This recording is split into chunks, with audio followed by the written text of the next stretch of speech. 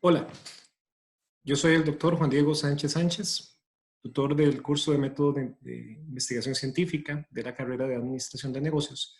En vista de la situación país, hemos procedido a digitalizar las tutorías y el material de todo el curso que están ustedes llevando en este momento.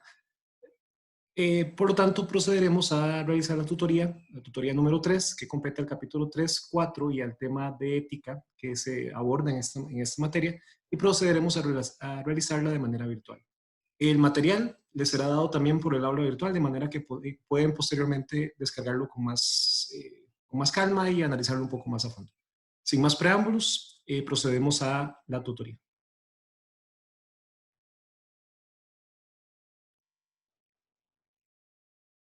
Como les comentaba, esta tutoría hace referencia a los capítulos 3 y 4 y al tema de ética, específicamente la unidad 3 del curso, es decir, la unidad en la que estamos en este momento llevando el curso sería la unidad tercera de la materia.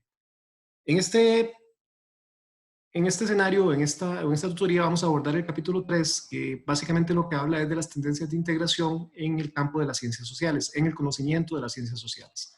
La ciencia administrativa, siendo una ciencia social en esencia y ciencia económica, también entra en este contexto.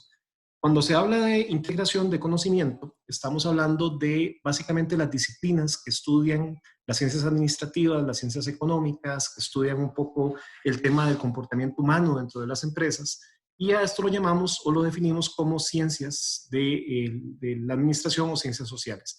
Estas disciplinas usualmente han estudiado, han abordado los contenidos de los negocios, de la economía, de áreas diferentes, cada una por su parte, hasta que se habla del concepto de holístico. Holístico viene siendo más o menos como algo integral.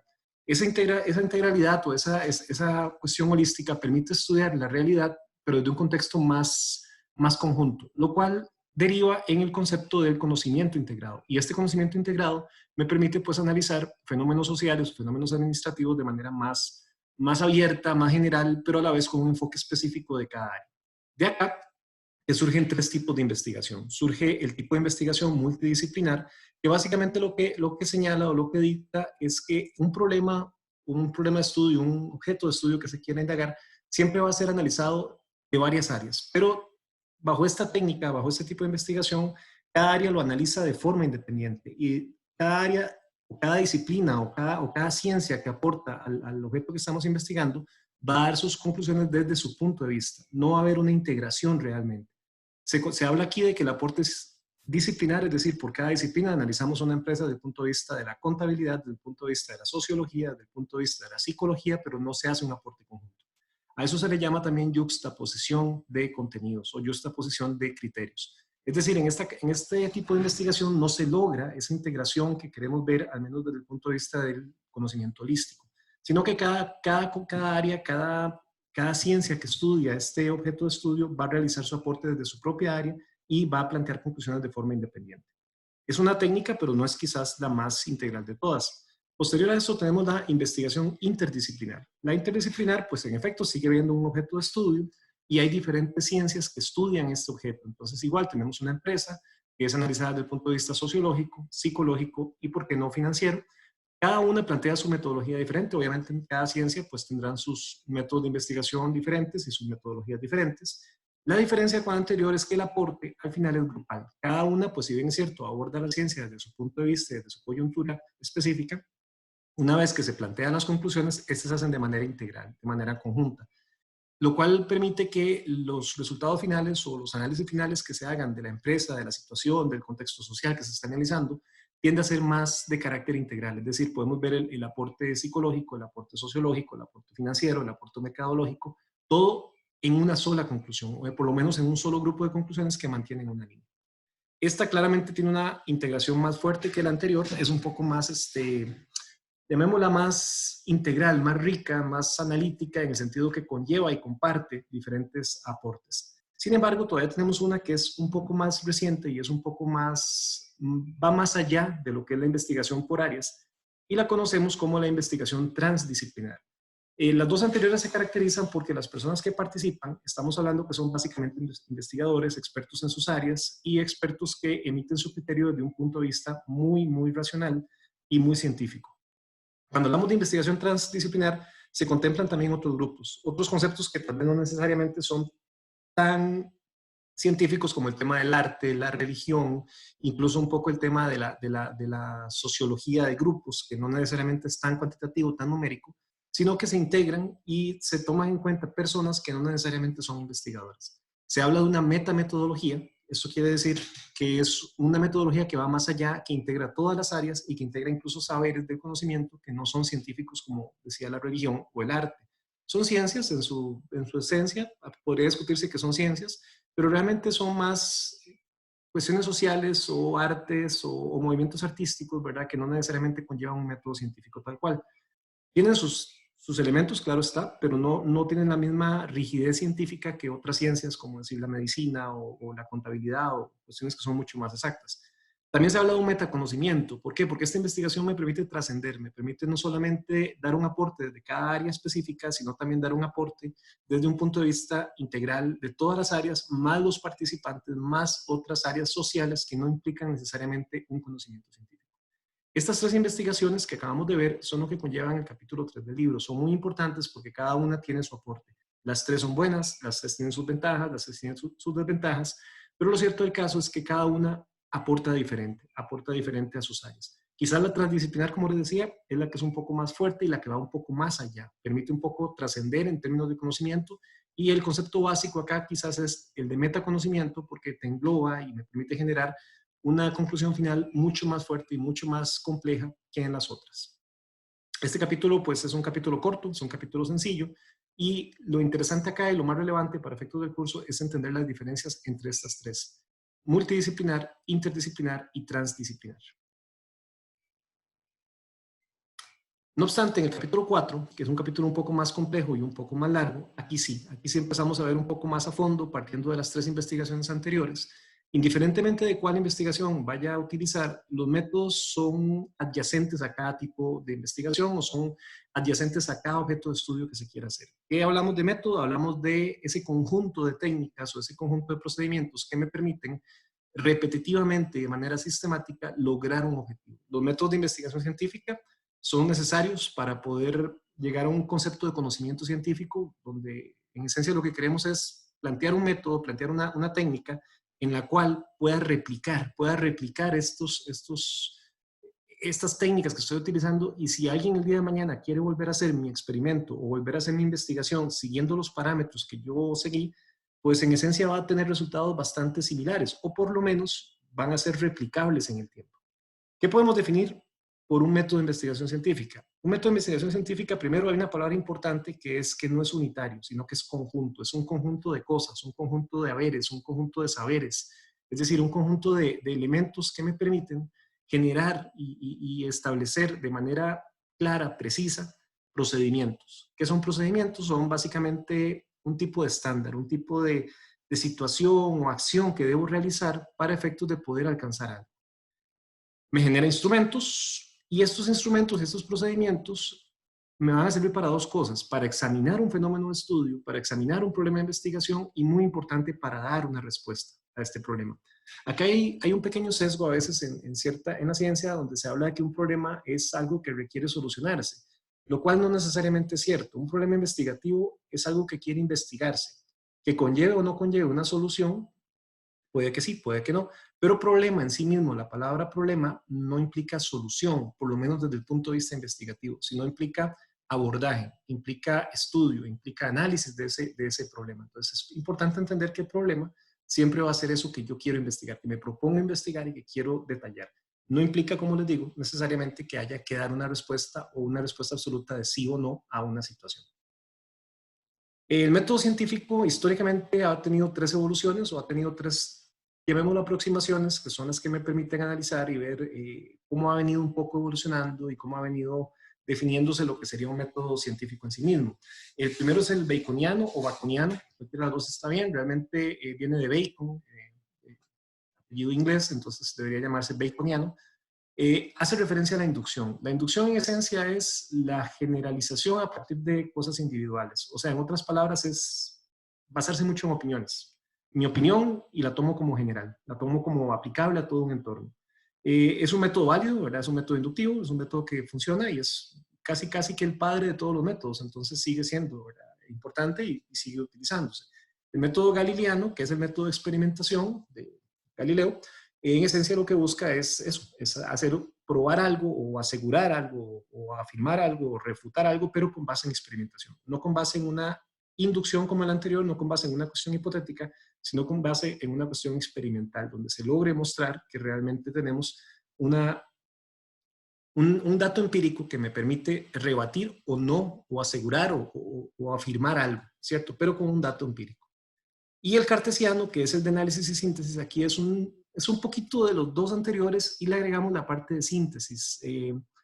Casi de aquello de tesis, antítesis y síntesis, ¿cierto? Hacemos un análisis de la situación, tomamos su contrapartida, tomamos diferentes escenarios y llegamos a una síntesis. La síntesis en esencia podría ser como la mezcla de las dos o tres o más corrientes que estemos analizando. Todos son válidos, ¿verdad? El baconiano puede aplicarse cuando yo hago observación directa en un comportamiento organizacional y trato de determinar por qué la gente está deprimida.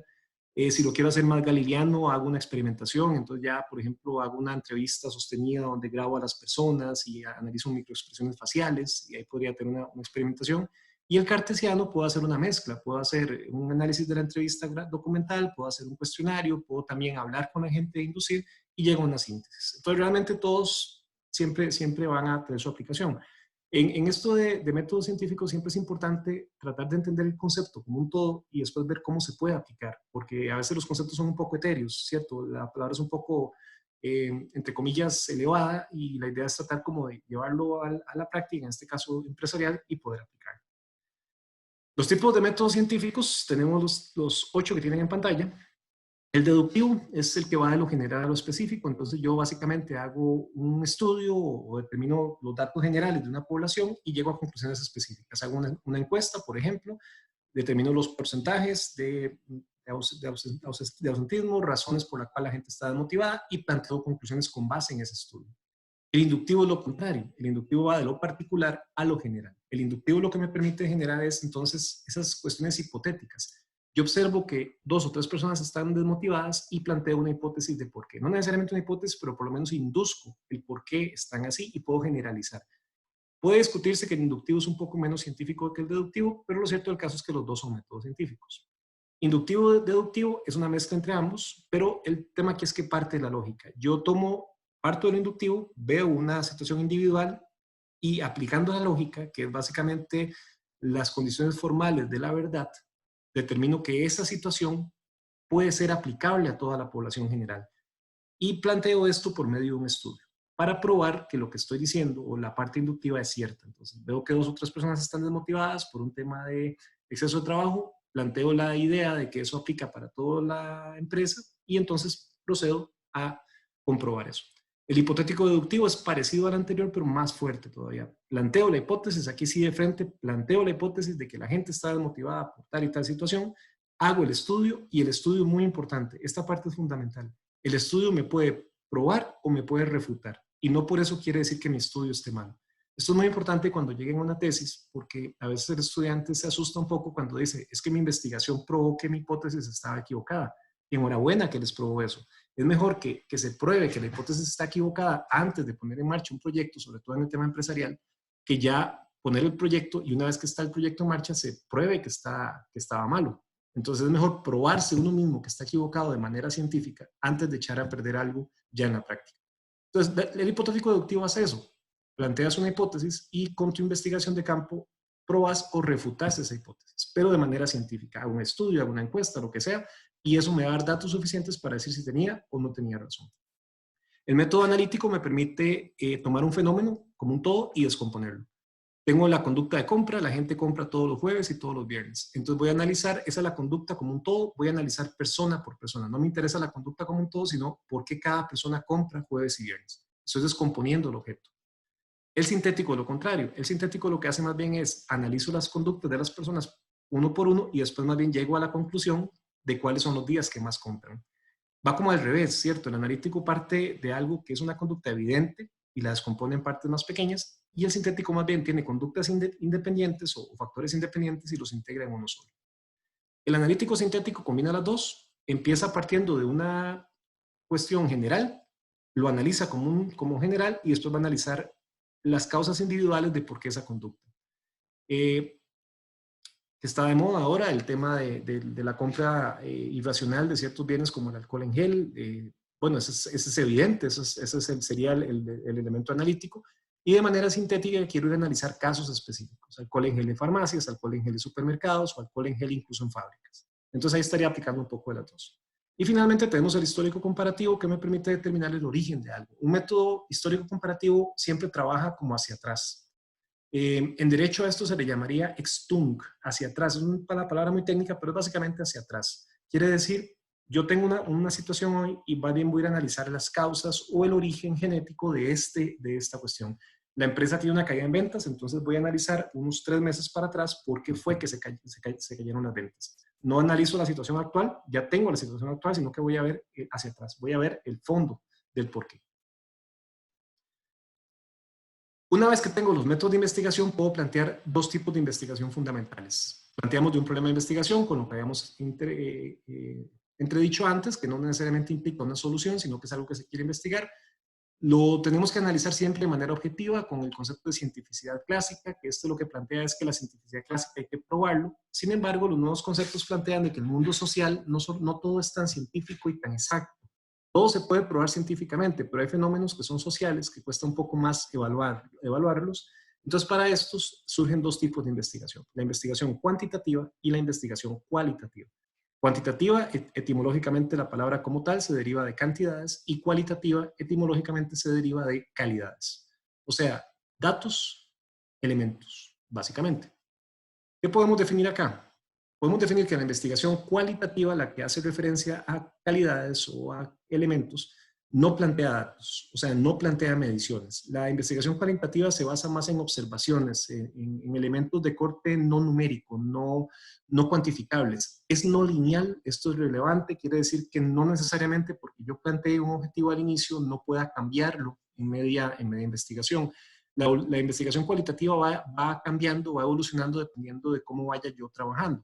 En educación es un caso muy práctico. Yo planteo unos objetivos al inicio, pero me siento a hacer estudio con estudiantes, participo y me doy cuenta que los objetivos pueden cambiar. Incluso los instrumentos pueden cambiar en la práctica. En la práctica pueden salir más preguntas, pueden salir más ítems, pueden salir más elementos que quiera evaluar que no estaban contemplados originalmente. No mide, sino que estudia y comprende, muy importante, comprende la realidad social de algo y se enfoca en eso, en la realidad social. Entonces, elementos de desmotivación puede ser abordado cuantitativamente, pero si quiero ver un poco más a fondo, estudiar el por qué, de dónde viene, dónde se origina, ¿verdad? Tendría que irme más por un lado de investigación cualitativa. Es un poco más abierta, es un poco más basada quizás en entrevistas, en observación, en participación directa, más allá que en la cuantificación de datos per se. Algunos rasgos importantes, todos estos rasgos están en el libro, pero bueno, es muy importante, usa mucho el método inductivo, aborda inductivamente la realidad, o sea, parte de cuestiones individuales hasta llegar a cuestiones más generales, estudia a los sujetos de forma holística, lo que hablábamos ahora, más integral, genera mucha sensibilidad y conciencia en los investigadores, o sea, nos hace ser un poco más abiertos a que cada situación es diferente. Nos exige comprender a los sujetos, o sea, cada sujeto es independiente, cada sujeto es diferente, entonces un método cuantificable no puede ser aplicado y replicado para todas las personas por igual, sino que tiene que adecuarse a cada persona. Hay que adaptar las creencias propias. A veces, por ejemplo, tenemos un sesgo de cuantitativismo donde queremos medir todo. La investigación es muy dado en eso, sobre todo los que somos del área un poco más de investigación económica y numérica. A veces tenemos el sesgo de que lo cualitativo lo vemos como algo que no necesariamente es tan fuerte. Pues si bien es cierto, no es fuerte en datos, te da respuestas que la investigación cuantitativa no te da. Entonces hay que flexibilizar un poco esas creencias. La conciencia influye en los métodos, quiere decir que claramente el método va a ser diferente. El método, dependiendo del enfoque que le queramos dar a la investigación, va a ser diferente. Puedo partir de un método inductivo, un deductivo, y puedo cambiar incluso en la práctica. Cada escenario es diferente, o sea, cada situación es diferente. Lo que se hizo para una investigación no se puede replicar para otra. Aquí no se plantea un problema, esto es muy importante al inicio del trabajo, sino que se plantea un área problemática, o sea, diferentes problemas, diferentes situaciones. En la investigación cualitativa, el marco teórico no es rígido, o sea, no tengo que seguirlo como tal, cosa que sí tengo que hacer en la cuantitativa, donde el marco teórico casi que me dicta los parámetros a investigar. Aquí me aporta, me complementa, pero no me dicta los parámetros. O sea, si la teoría dice que solamente el color rojo se puede aplicar en comidas rápidas, en la investigación cualitativa no. Eso es un aporte, pero yo puedo compararlo contra situaciones cualitativas o sociales diferentes. No se define, aquí solamente se define lo que hablábamos ahora, el objetivo general al inicio. Los objetivos específicos perfectamente pueden cambiar a medida que avanza la investigación. Y tampoco se definen categorías. Categorías vendrían siendo más o menos como las mini áreas o subáreas a analizar en la investigación. Entonces, igual, la idea es no definirlas al inicio, sino más bien sobre la marcha, sobre lo que se vaya trabajando, ir observando qué sale, qué surge de la investigación e ir estructurando el documento o el reporte a medida que vamos saliendo. Aplica para cualquier área. Uno diría que para finanzas no, claro que sí podría aplicarse. Finanzas podríamos aplicarlo en un sentido de los criterios de valoración para la toma de decisiones financieras, no tanto el dato, sino el criterio que toma el gerente, la observación que el gerente le da, para temas de recursos humanos, para temas de percepción, para temas de venta y mercadeo, ¿verdad? ¿Qué percibe la gente? ¿Cómo se posiciona la gente? También no quiere decir que estos temas, por ejemplo, percepción, desmotivación, no puedan medirse, por supuesto que se pueden medir. Y qué interesante sería una investigación donde usted mida la percepción, pero también la valore, ¿cierto? Entonces, podemos hablar de una diferencia fundamental entre cualitativa y cuantitativa en el hecho que la cualitativa valora, pondera, pero no numérico, mientras que la cuantitativa define cantidades, define datos, te da un dato específico para tomar decisiones. ¿Cuál es el diseño que usamos en método de investigación cualitativo? Pues básicamente el que tienen en pantalla, como les decía, se plantea un problema-pregunta al inicio, problema y pregunta, perdón, se plantea un propósito general y una justificación, que es lo que se quiere hacer. El marco teórico es de referencia. El marco de referencia es como el marco situacional, es decir, el entorno, la empresa, el lugar. El marco teórico es teoría, la teoría que me va a regir el trabajo, que me va a guiar en este caso, pero realmente no me rige en el método cualitativo. Se diseña metodológicamente lo que vayamos a hacer, instrumentos, entrevistas, observación, focus group, etc. Viene la agenda, viene la parte del presupuesto y finalmente la parte bibliográfica. Entonces vean que es un poco más abierto, no es tan rígido y la palabra que está abajo es fundamental. El principio básico de la investigación cualitativa es que es flexible. Es flexible, permite cambiar etapas, permite brincarme etapas, permite cambiar objetivos sobre la marcha, permite cambiar instrumentos sobre la marcha y me permite flexibilizar bastante el tema de lo que es la investigación que estoy realizando. Al punto que puedo incluso, ¿por qué no cambiar hasta el objetivo general? No se recomienda porque ese fue el objetivo principal, pero podría, dependiendo del caso, ¿por qué no devolverme? No cambiarlo completamente, pero sí tal vez adecuarlo. La palabra correcta sería adecuarlo o modificarlo un poco, manteniendo la línea que se quería investigar al inicio. Tenemos una rama de la investigación cualitativa que es la investigación acción participativa, IAP. Tiene un enfoque que aquí lo que hace es que rompe lo que llamamos dicotomía sujeto-objeto. Siempre en investigación se habla de que el sujeto no debe interferir con el objeto. O sea, el investigador no tiene que meterse o no tiene que involucrarse con el objeto de estudio. Objeto puede ser o un sujeto de estudio o puede ser una cosa de estudio. Aquí no, aquí lo que me dice es más bien el investigador participa. Esto se da mucho, por ejemplo, para investigaciones sociales, en términos de salud o en términos de problemas sociales, donde se llega a la comunidad, se habla con la comunidad, se participa con ellos, se involucra, se siente uno parte del proceso, no sé, que no hay agua en el lugar, entonces usted va y, como investigador y vive la experiencia de no tener agua, entonces se junta lo que es el investigador y el sujeto, el equipo, como ven en la segunda viñeta. El equipo es dado por los expertos investigadores y por los sujetos de estudio, que van a ser las personas como tal, que van a ser autogestores del trabajo, porque ellos mismos participan. Todo el diseño, todo el trabajo se va haciendo en conjunto. Aquí hay un tema de reflexión. La acción principal de la investigación, acción, participación, no es dar respuesta a un problema, sino reflexionar del problema. O sea, ¿cuáles son realmente los elementos de que no hayan agua en un lugar? ¿Qué me genera eso? Y obviamente al final, cuando participa la población, pues lo que se busca es resolver un problema. Pero el elemento clave aquí es eso, es que al ser partícipe, las personas investigadas y los expertos investigadores llegamos a una reflexión conjunta. O sea, los dos somos parte al punto de que el investigador se vuelve parte del problema, ¿cierto? Él vive, tiene la experiencia directa. Ese concepto, cuando yo participo directamente, la palabra técnica es conocimiento proposicional, que es cuando yo estoy ahí. O sea, yo lo viví, nadie me lo cuenta, sino que yo propositivamente lo viví. ¿Okay? Entonces ahí entramos a jugar como investigador, entramos y somos parte de. La contracrítica a esta investigación es que usted, al ser parte como investigador, puede sesgar todo el trabajo, porque usted está sesgado por el hecho de que está participando como investigador y como investigado. Entonces hay una crítica a la investigación. No quiere decir per se que sea ni remotamente infalible, ni tampoco quiere decir que sea mala, ¿verdad? Simplemente, como todo en esto, toda herramienta tiene sus pros y tiene sus contras. El diseño de la IAP tiene 3 fases. Investigación, acción, participación tiene 3 fases. La inicial, que es el contacto con la comunidad. Aquí el investigador llega. Cuando digo comunidad, no necesariamente es una comunidad social, puede ser una empresa, puede ser un departamento, puede ser hasta una junta directiva, ¿verdad? Participamos, hablamos con todos y definimos qué es lo que queremos hacer. Pero se define en conjunto, no lo define el investigador. El investigador lo define en conjunto con la comunidad, qué es lo que se busca. La segunda, lo que tenemos es un plan de acción. Aquí sí, toda la parte metodológica, qué se va a hacer, cuáles van a ser las métricas, las técnicas, la observación, la guía, encuesta, cuestionario, el cronograma, etc. Y finalmente, participamos y evaluamos. A la hora de participar, aquí vean que no se dice ejecutar. La fase se llama ejecución, pero se llama participar porque el investigador participa, es parte de. Y dentro de su participación va evaluando el fenómeno de estudio y al final da los resultados que tengan que ver con esto.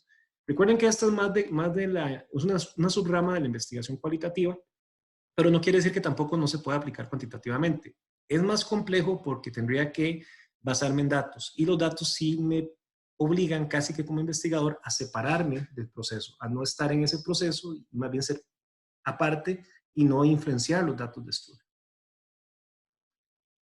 Otras 2 ramas investigativas de la investigación cualitativa es la etnografía. La etnografía en esencia es el estudio del estilo de vida de un grupo o de la cultura de un grupo. Aquí no solamente es estudiar y describir, es entrar a fondo, es observar, es llevar, es entender esa concepción fundamental de por qué el grupo se comporta así, dar respuesta a la cultura del grupo, al por qué se comporta así.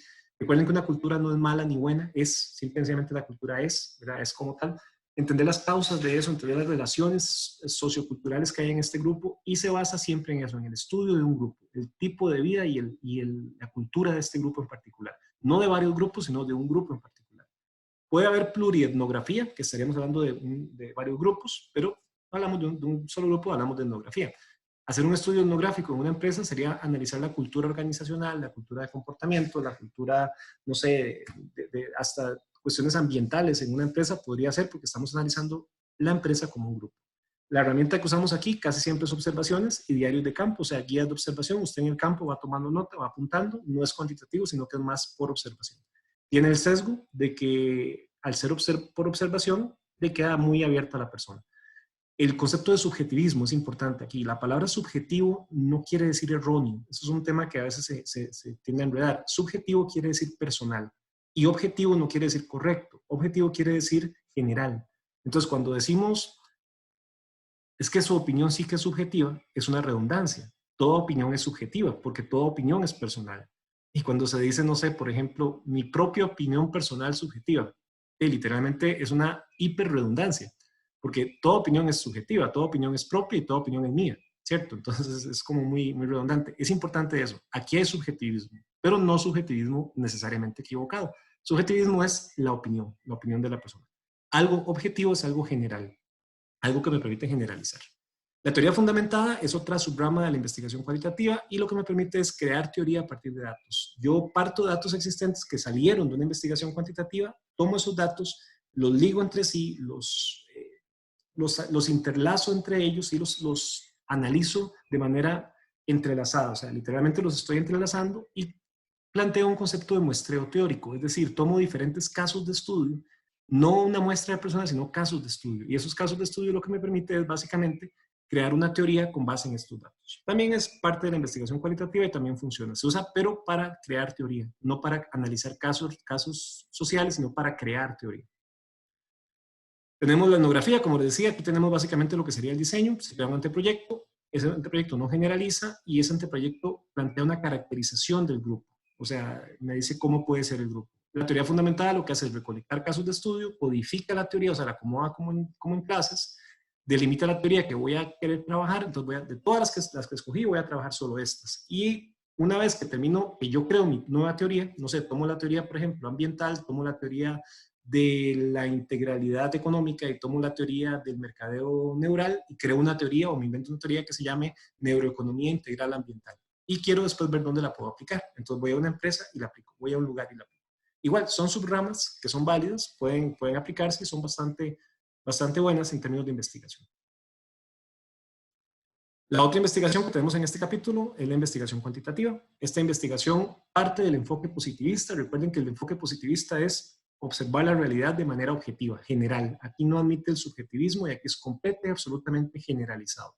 Datos, completamente datos, no hay flexibilidad, es lineal completamente, planteo objetivos y al final me voy con esos objetivos, estén buenos o estén malos. Al final puedo tener razón o puedo no tener razón, pero me pruebo empíricamente que estoy correcto o incorrecto.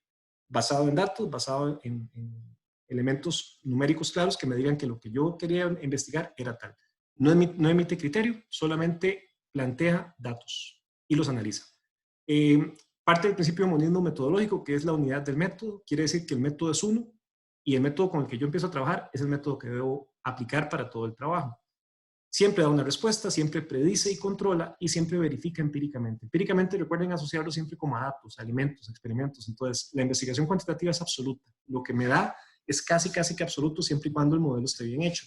Esta investigación se puede replicar, puede usarse el mismo método para otras investigaciones y siempre me va a dar un dato. La principal ventaja es que es absoluta en el sentido que es casi ideal. Si se aplica bien, el dato que te da es un dato exacto. La cualitativa se basa en el principio del subjetivismo. Entonces me va a dar, me va a dar información, pero me va a dar información basada mucho en la percepción de la persona. La cuantitativa me da un dato. Entonces me dice el 30% de la persona está desmotivada. No me dice el por qué. Puedo preguntar después en otra investigación por qué, pero aquí me dice el 30%. En la otra lo que me diría es, se observa que el personal está desmotivado. Pareciera que las causas son tales y tales, pero no afirma de manera contundente. La cuantitativa sí afirma de manera contundente. Hechos características, se basa en hechos, fáctico viene de hechos, o sea, todo se basa en hechos, trasciende a los hechos porque yo la investigación que hice para un fenómeno la puedo trascender a otros fenómenos, analiza los datos, el conocimiento es especializado completamente, es decir, los datos son estadísticos, numéricos, específicos, rama por rama, ciencia por ciencia, es preciso, es claro, se puede comunicar, o sea, yo puedo perfectamente tomar los datos y comunicarlos sin temor a que alguien lo refute, salvo prueba en contrario, salvo que alguien haga otra investigación y con datos nuevos me los pruebe, cosa que no pasa en la cualitativa. En la cualitativa yo básicamente lo que tengo es una opinión, que la opinión me la pueden rebatir.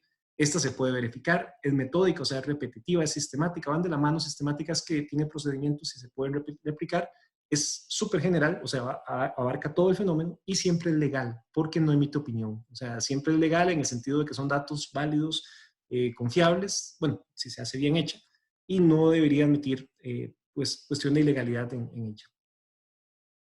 Aquí tenemos tres modelos, aquí no voy a ahondar mucho, los modelos están en el trabajo, pero básicamente son esquemas de un trabajo, una tesis, una investigación, un reporte que podrían plantear. Vean que todos arrancan con el problema, nada más que en el último plantea una idea, que es como una especie de, llamémoslo, enunciado general de qué es lo que quiero hacer, plantea el problema, ¿verdad? Y en todas, si lo ven bien, en todas siempre hay información previa, marco teórico, recopilación de información, marco teórico.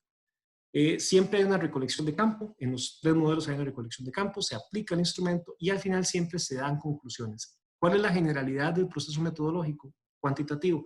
Que me da una respuesta. Ese problema que yo planteo al inicio, sea que requiera respuesta o sea que requiera dar un dato, al final me lo da, indiferentemente de ya sea el modelo de Bunge, el modelo de Galicia o el de Hernández, Fernández y Batista. Eso los pueden ver en el libro más a fondo, pero en esencia lo importante aquí es que parten de un problema, hay una metodología, hay un marco teórico, el marco teórico va primero, hay una aplicación de campo y hay conclusiones. Y esas conclusiones se basan siempre en resultados. Finalmente, el último tema que tenemos para esta tutoría, que hace referencia a la unidad 4 del curso, lo anterior hacía referencia a la unidad 3, es el tema de la ética.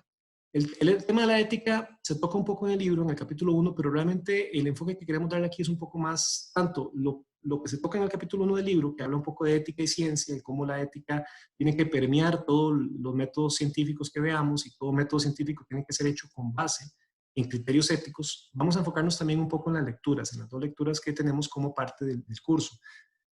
En esencia, tanto en el libro como en las lecturas, ¿qué se puede entender por ética? Normas de conducta que me definen patrones sociales, patrones de comportamiento, que distinguen el comportamiento de la persona.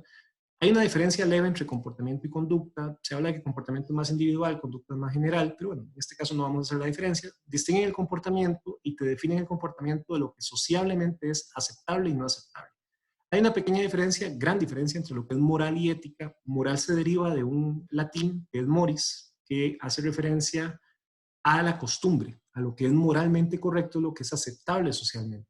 La ética viene de un griego, un vocablo griego que es ethos, que significa como lo esencial, y ética quiere decir lo personal, lo que yo considero aceptable o no aceptable.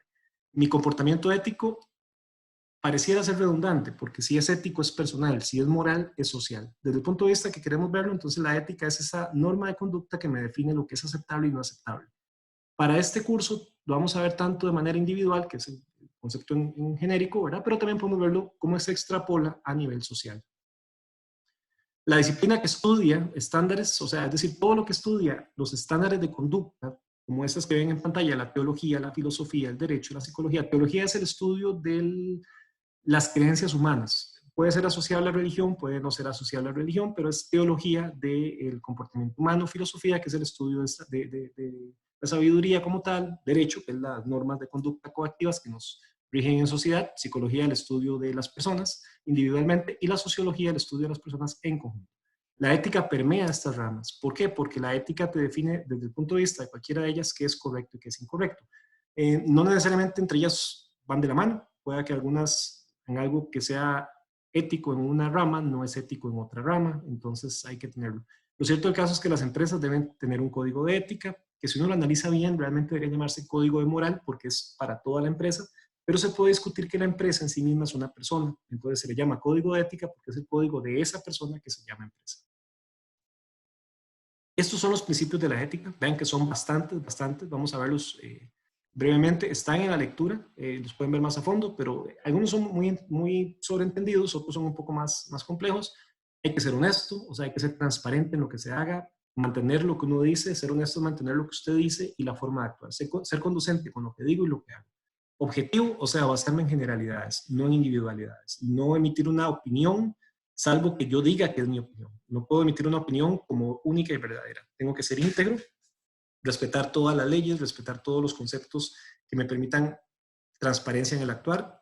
El principio de diligencia, tengo que tener cuidado en lo que hago, no puedo publicar datos que estén mal, no puedo publicar datos que pueden ser falsos, sabiendo que son falsos.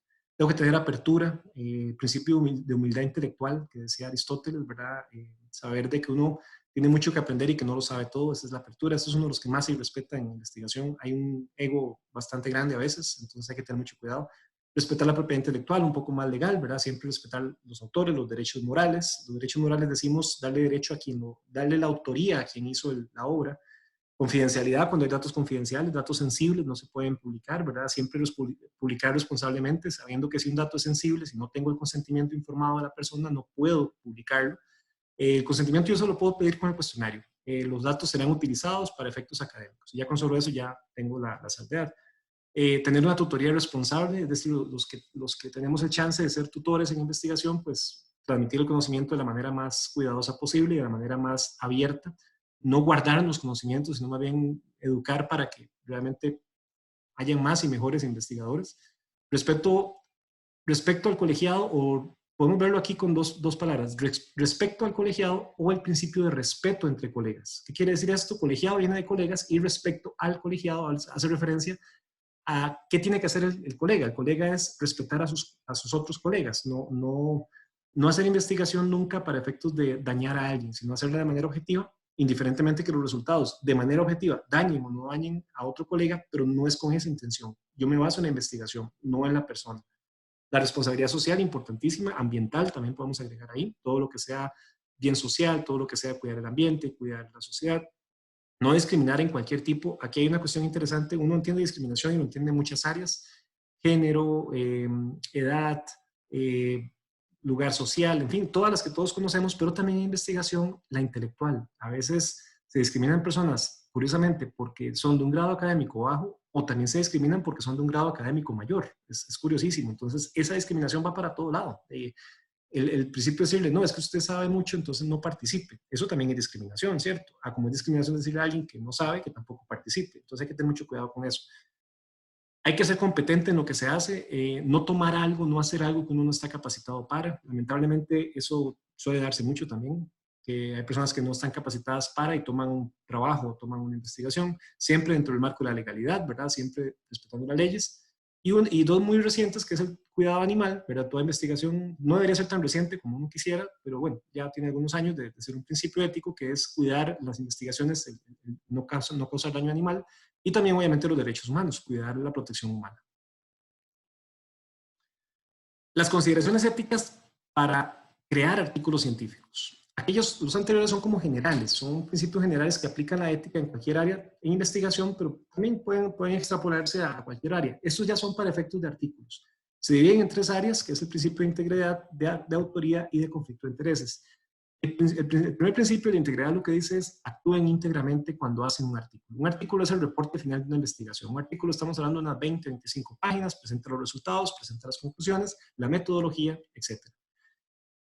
La honestidad, más que todo, siempre ser producentes, ¿verdad? Y realmente presentar datos que sean justos, que sean correctos. La revisión justa, si yo soy el que reviso, no porque la persona no me agrade, tengo que revisarlo diferente, tengo que ser objetivo en esa parte, tengo que ser transparente en lo que digo. Si voy a presentar un dato y el dato no era lo que yo quería, ser transparente. Nuevamente, el cuidado animal, la responsabilidad humana, el hecho de que mis datos no vayan a ser falsos, no dañen a nadie.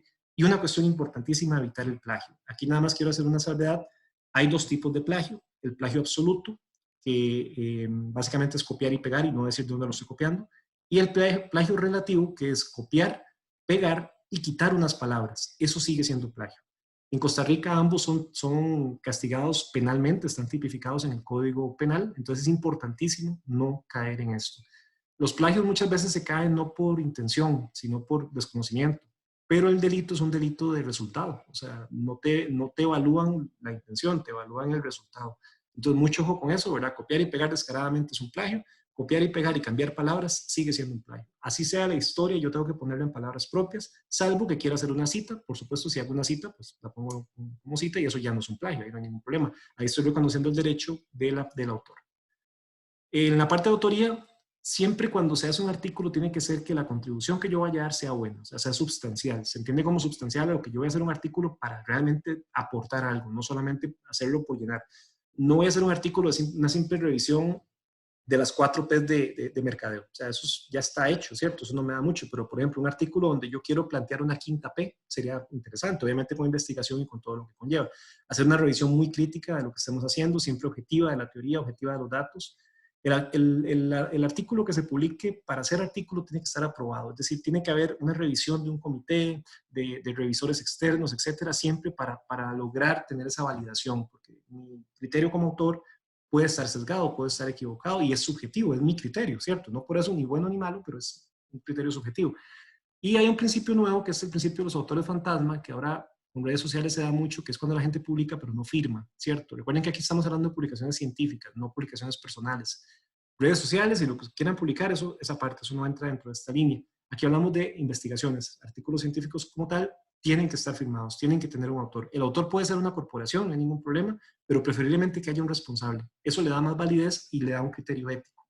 Y finalmente el conflicto de intereses. Si yo tengo conflictos, siempre van a haber personales, laborales. Es decir, yo tengo que estar claro que si voy a investigar, no puedo poner mis intereses personales o laborales de primero. Tengo que tomar en cuenta la investigación como tal.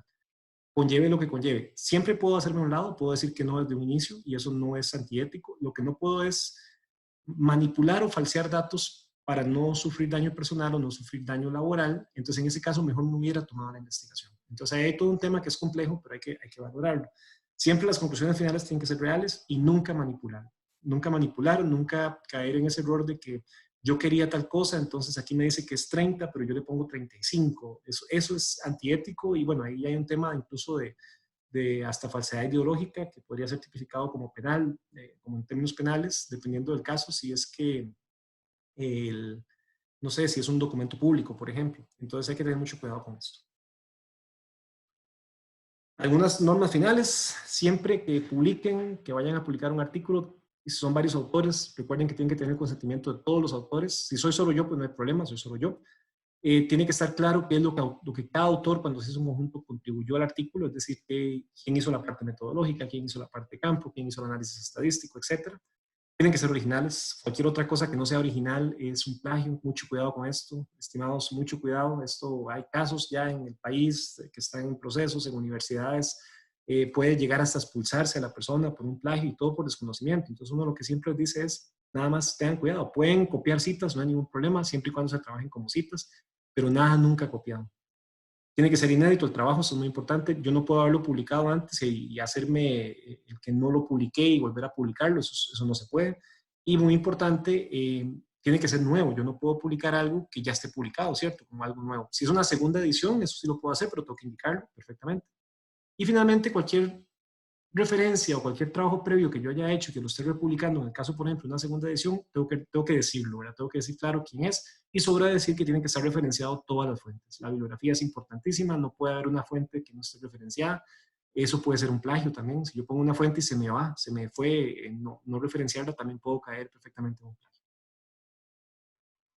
De mi parte, pues espero que haya sido de interés la tutoría, espero que les haya gustado y que sea de provecho para el trabajo.